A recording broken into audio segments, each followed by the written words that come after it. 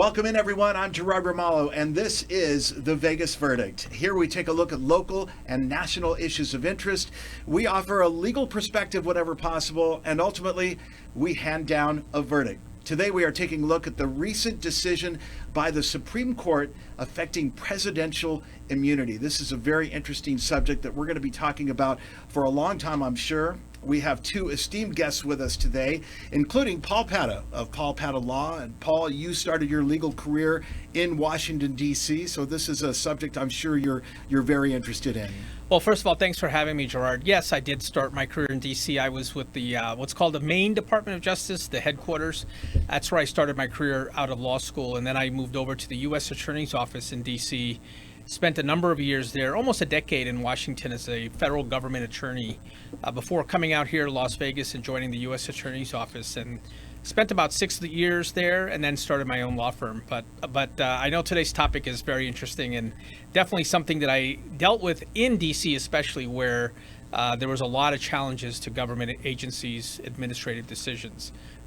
All fascinating. We're going to be getting into it in just a moment, but we also have another esteemed guest with us, Dr. David Orentlicher. Hopefully I'm pronouncing it. I know you go by Dr. O at UNLV, but we're so glad to have you here. And your areas of expertise are health law and also constitutional law. And I just want to mention you have your doctorate from Harvard School of Law. So congratulations. And thank you. We're very glad to have both of you here today. We're going to jump into this subject of presidential immunity. First, what I'd like to do is have us watch this short video clip. Kind of encapsulates the decision that was made, some of the news coverage, and a little bit of reaction from the general public. So let's go ahead and take a look.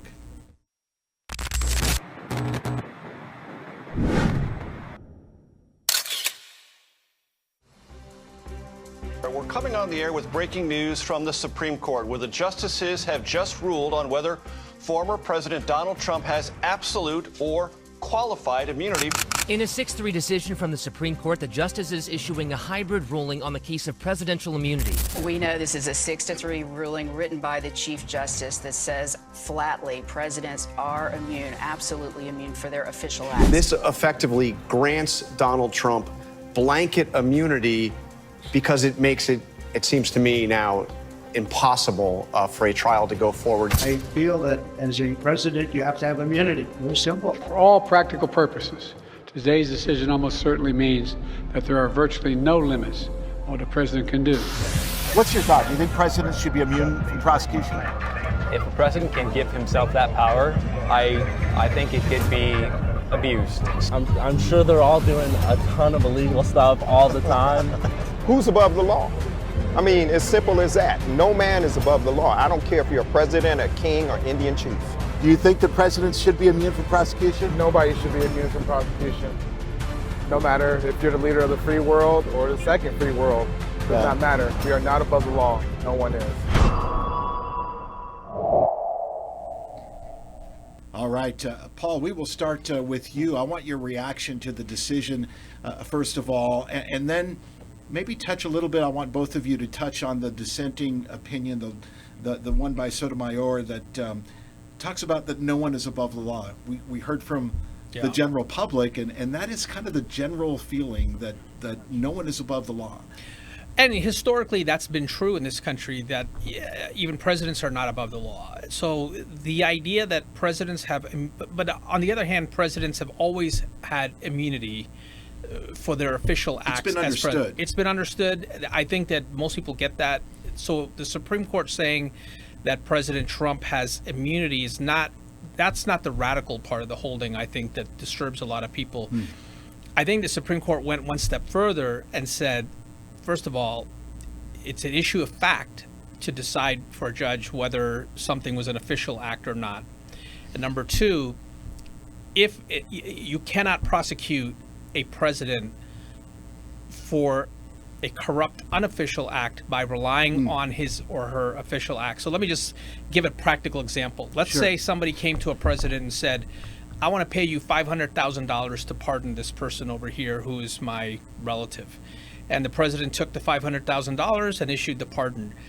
So if he was prosecuted for bribery, you could not, as a prosecutor, show you couldn't talk about the pardon itself because that's an official act. It could be argued it was an official act. That's right. So the Supreme Court has almost effectively made it impossible to prosecute a president, not to mention the fact that, just speaking as an attorney dealing with the practical realities of litigation, cases can take years. And so now, it's going to be like a ping pong ball.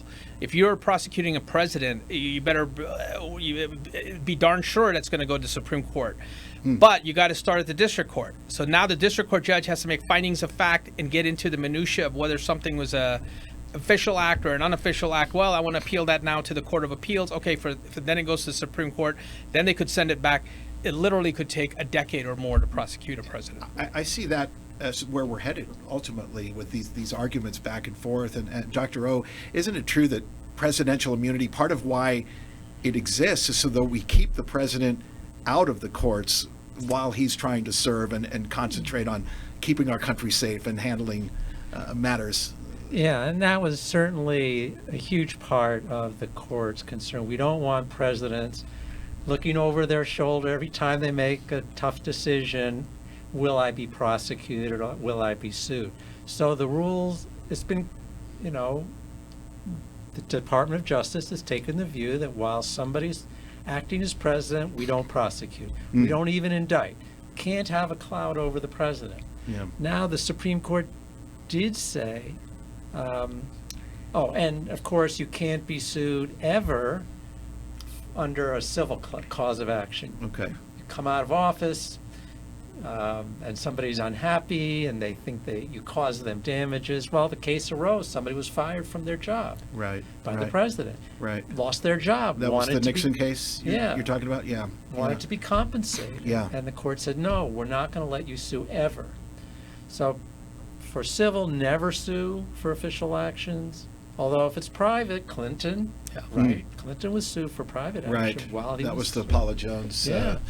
Yeah. But criminal, not while you're sitting. However, the assumption was that once you step down, then you would be at risk for criminal prosecution. Because after all, the impeachment clause says that if you're impeached, you still can be criminally prosecuted afterwards. And Nixon, after all, got a pardon when Nixon resigned before impeachment articles were voted on. He resigned.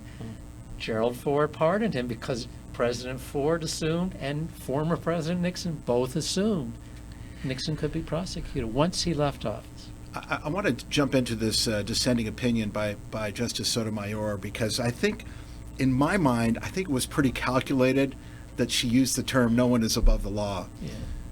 Technically, it's qualified immunity. It's not just the law as a whole. And I think that's where the general public gets confused. I think they have a perception. First of all, I don't think they understand immunity, legal immunity as a whole. I think much of the public has this idea of diplomatic immunity from movies and a diplomat can come here and break whatever law they want and they're never going to be prosecuted because they have diplomatic immunity. But qualified immunity for a president, there's a lot of innuendo there. There's a lot of nuance there as well.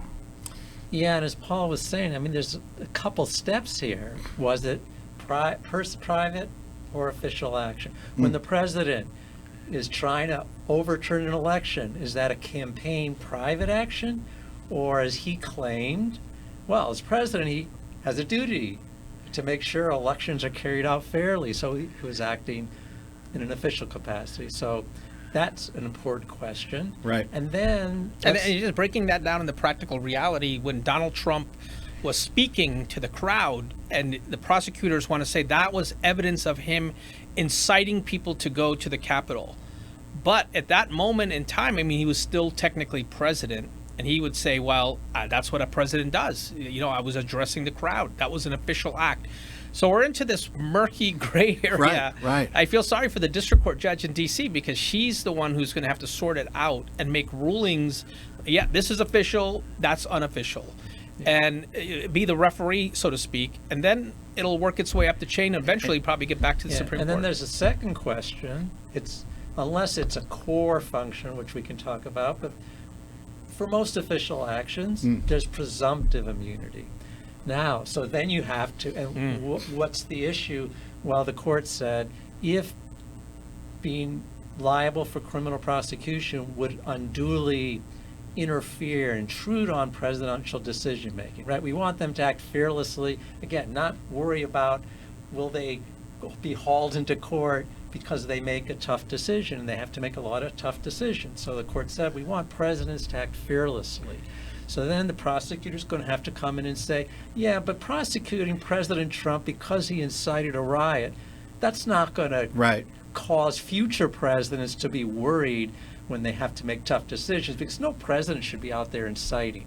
But anyway, but that's probably an argument that was presented, I would think. You know, we don't want them tiptoeing around. Right, tiptoeing around. So the court's going to have to sort through that. That could, you know, presumptions often can be tough to overcome. On the other hand, every criminal defendant who's convicted, there was a presumption of innocence, and prosecutors get over that. So law's going to turn how courts interpret. There's so it's not many black variables. and white. I think there's going to be a lot of gray area, and it's going to come down to interpretation as well. And another thing they did when they talked about core functions, of course presidents, when they're acting in their core functions, have a defense. I have discretion here. But that used to be a defense. Okay, you have a case, and were they acting within their discretion or were they not? They've turned this into immunity, so you don't even get to the jury. You've got to the judge may just stop it and say this is close enough to their discretion that we're not even going to. Let me throw this idea out here, because I know there's been very passionate views on both sides. On the right, people say, well, you know, maybe they look at it. If you're a Donald Trump supporter, maybe you say this is a good decision. If you're on the left, you feel like, hey, this is the end of democracy as we know it. To what degree do you think maybe the Supreme Court was just making a really practical decision, somewhat rooted in politics? The country is so divided, and they don't want to be involved in this mess. And I feel like half the decision is almost kind of like just, we're going to erect these barriers. This is something Congress should deal with. You can impeach a president, but we don't want to get into the middle of deciding whether greenlighting a prosecution or not. Do you think that there's an aspect of this decision that was rooted in just the political realities, the divisiveness that's in play in our country right now? Yeah, for sure, and especially how the timing of this.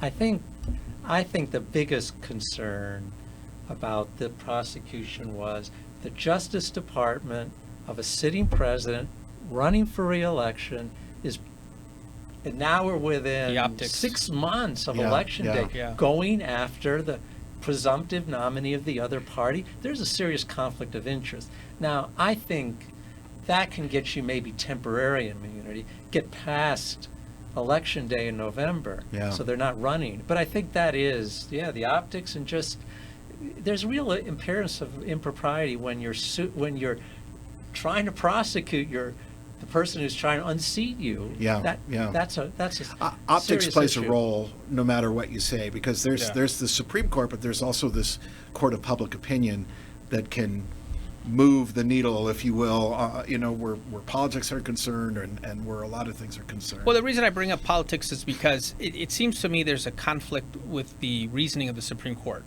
On the one hand, they struck down the Chevron decision, which was really a landmark principle for many decades, that government agencies, which are part of the executive branch, that are all under the auspices of the president, are entitled some deference on issues. So, for example, whether it's the EPA or the FDA, that employs scientists, people with greater knowledge than a federal judge on issues, the courts would defer to them. The Supreme Court has struck that down, and now it's going to open it up to a lot more litigation, and you're going to have federal judges making decisions about very complex scientific things. So no deference to the executive branch there. But on the other hand, with respect to the presidential immunity decision, let's give deference to the president. He's entitled to absolute immunity. To me, that seems like those are two conflicting decisions. Yes. We're going to take a quick break now, and when we come back, I want to talk about what this means for former President Trump. He's facing a number of legal challenges, and I think that this is, at the very least, potentially going to delay some of those cases. So we'll take a quick break here, but we'll be back with more of our discussion after this.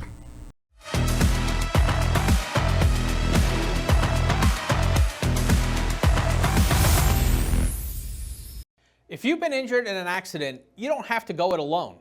At Paul Padda Law, we understand your injuries aren't just physical. They also bring financial burden and emotional strain. At our firm, it's not just about legal representation. It's about genuine care and commitment. Lock in the attention you deserve from your attorney. We'll get you on the path to recovery. Call Paul Padda Law. Legal security when you need it.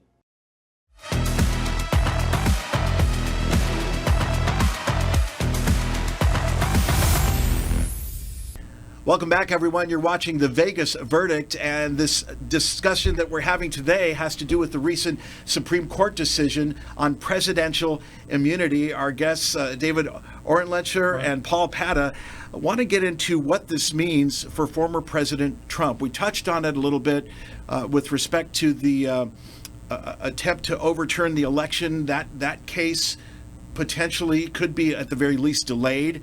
But I'm assuming that some of the arguments against him could also potentially be thrown out. Dr. O, let's start with you on this. Oh yeah, he's already got a delay in his sentencing in the New York case for the payments to Stormy Daniels about their relationship, even though that's private, occurred before he became president.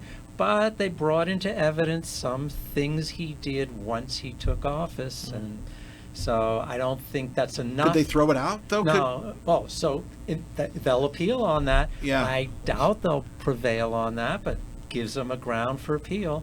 How important was that evidence?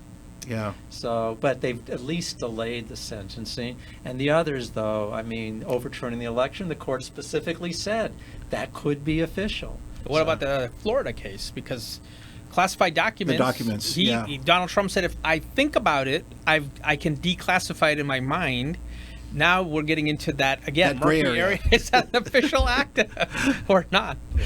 Well, and one definition is that it includes core constitutional powers. The word core is interesting to me. Would that qualify as a core constitutional power, or is that potentially gray? I think we're somewhat in undecided territory. I don't know. I think, to be honest with you, I would defer to the professor. Yeah, I'm not so sure. The easy ones that, are, you go to Article 2, President's Commander-in-Chief. Okay, you can't go into court and say, the President should have sent us to the right rather than to the left, and we got massacred, and my kid died. Those kind of strategic decisions are up to the president. Yeah. The pardon power. The president pardons, no review. You can't go to court saying I should have gotten a pardon. Can't be challenged. That's clear. That's clear. Yeah. Who the president nominates for the Supreme Court, right? Senate doesn't have to approve. The irony of that one, but yes. Yeah, so they're specifically stated. But the court then went another step and said, well, investigating and prosecuting is an executive that's for the executive branch. And so the conversations the president had with the Justice Department regarding the election counts as core conduct, because that's a quintessential presidential role. So, the court has a broader view than I think most people would. So things that shouldn't be core, Congress says to the president, regulate the environment, make sure our air and water are clean. That's something that that's not in the Constitution. Congress created that. So that will be official, but should not be core unless the court says, well, executing the law is a core presidential function. So I could see the court going either way on that. Had the Supreme Court ruled the other way, what would we be looking at? We'd be looking at a situation where every president would be going back to try to prosecute the previous president. I mean, there'd be this long list of litigation, I'm assuming, right? Well, I mean, it cuts both ways. You know, Yeah. President Trump has made statements that referring to President Biden and the Biden crime family, and that there's going to have to be a reckoning, you know, Right. later. But this decision would shut that down because effectively anything Joe Biden did in office that, you know, has inflamed people's passions on the other side would not be fair game. So I don't know. I think at this stage we have more questions than answers, quite frankly. If a president said, I'm going to nominate this person to be the U.S. attorney, the federal prosecutor in a district, and you call that person up and you say, but I'm giving you this job with the expectation that you're going to go after this guy who I don't like, that's an official act because you're nominating a U.S. attorney. So I don't know we don't really know where the lines get drawn. That's part of the problem. In the court of public opinion, do you think this is a win? I mean, I guess it falls on partisan lines and ideological lines, but I mean, is this a win in the public's eye, or have we taken a step back somehow? I don't know. I think we have a 50-50 country. Some people might look at it, you know, a certain way through a political lens. Ultimately, I think the court could have been clearer in its directive. I feel like it left a lot of doors open, which is going to be a problem down the line. There were strong dissenting opinions as well. Yeah, So it's kind of like, okay, this is the decision, but the dissent is pretty strong and absolutely, you know, as well. So it's and I think for a lot of people, regardless of where you are, the idea that a president is above the law, I think that idea, nobody's above the law, I think that resonates deeply. Yeah. So I think that now one thing I think that will protect us, I think this makes it much harder to hold President Trump accountable. The odds of him being convicted have dropped for sure. Mm-hmm. That said, I'm not sure it will lead to more criminal misconduct in other administrations, because note that while President Trump, former president, maybe soon to be, will likely or more likely go free, his accomplices have not gone free. And for a president to do the kinds of things Trump did or President Nixon did when he was serving, he had to have his aides or his private attorneys or other people work with him. And those people will not be protected by immunity no matter how this comes out. And that's going to make it harder to do this kind of thing. That I think actually is a great point. Yeah, I think that in order to really, I mean, it really only applies to the president. So like I gave that example of the U.S. attorney. Right. Well, the U.S. attorney could go to jail if he had a corrupt motive. If you're an underling and you work for the president and you carry out something illegal, you can go to jail and you can face prosecution. Right. So those people have to be willing to do that. Very interesting. We'll take another pause here. When we come back, we'll have some closing thoughts, and ultimately we will hand down the Vegas verdict right after this.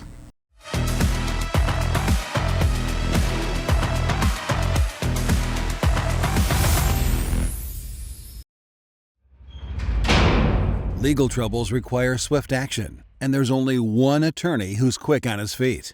Legal troubles don't wait, and neither should you. I'm Tony Abbotangelo, a former judge with 30 years' experience. I know the judicial system, and I know what will work for you in court. When your circumstance requires a skilled negotiator who knows the law, tap into Tony. He's a former judge who can defend your rights. Call 707-7000.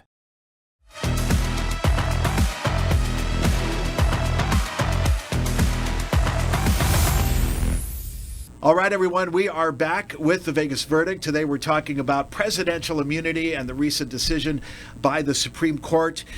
We've covered a lot of ground here today. I'd love to get some closing thoughts. Dr. O, why don't you kick us off? Yeah, well, I will say when you read the Court of Appeals decision, it was a 180-degree turn on what the lower court said, which I thought was well-reasoned. I thought most legal scholars did. But I think one of the other important concerns is the fact that the court is now comes out with these landmark decisions in a split, ideological split. When you go back to the Nixon case, when the court rejected privilege, in other words, he had to turn over the Watergate tapes and other documents, so that prosecutors had access. The court was unified on that. Yeah. And yeah. I think... Does that lessen the significance because the court is split along ideological lines, even though it's technically landmark? They're all landmark on some level. Does it lessen the significance because of the makeup of the court? Yeah, it undermines people's confidence in the court when they see them as politically driven. I want to say ideologically driven. I don't want to say they're right. Democrats or Republicans. Or but right. some of them have conservative leanings, some of them have liberal leanings. Right. And these are decisions that need to be for the whole country. Yeah. And if they're only for conservatives or only for liberals, they don't serve the country well. And I think the court just... And that was just Chief Justice John Marshall. When he came on the court, he said we need to decide cases unanimously so that they will have credibility and people will respect us. Yeah, interesting. Paul, your closing thoughts on this? We live in a divided country. It's unfortunate. I think, there's a danger in that. This is a great country, 300 some million people. It's functioned amazing. It's been the greatest country, I think, ever in humankind. Yeah. But the country is so divided, and the judges on our courts are just the reflection of that. The way I look at this decision, I just feel basically like they're really no different than the general public. You have judges leaning this way, and you have judges leaning that way. To me, the decision should be, for an average person, should be able to read that and understand exactly what the test is. Yeah. But I feel like this decision leaves open more questions than provides answers. My background is not law like you two. My background is in media. And I remember a time when you could turn on the evening news and you felt that it was objective, you felt that it was impartial. Now, it really doesn't matter which network you watch. There's always this perception that, oh, they lean this way, they lean this way, they lean this way. So your point that the country is divided isn't just touching our courts, it's touching media, it's touching every facet of life, I believe. Yeah, it is. Well, we like to close out this podcast by handing down a verdict, if you will. Our question today is, did the Supreme Court get it right with their decision about qualified immunity? So I will give us a countdown. In 3, 2, 1, it's either yes or no. Did they get it right? Here we go. In 3, 2, 1. No. Yes. Okay. No. And Paul had a no as well. What happens on occasion, and actually I think this is also reflective, is that we get a hung jury, right? And the decisions are sort of split here today. And I don't, I think that's reflective of society as well. Yeah. We talk about being divided. I think the decision was right because we need some kind of immunity. Otherwise, we're locked, and you've got a president who's in court all the time instead of in the Oval Office. To your point that maybe there were parts that were left out or it wasn't clear enough, I would tend to agree with you there, because certainly the average person's not going to understand, and I think it opens up all these gray areas that, Paul, you brought up as well. So, gentlemen, thank you both very much. Appreciate it. Thank you, Gerard. You've been watching The Vegas Verdict. Please join us online, vegasverdict.com.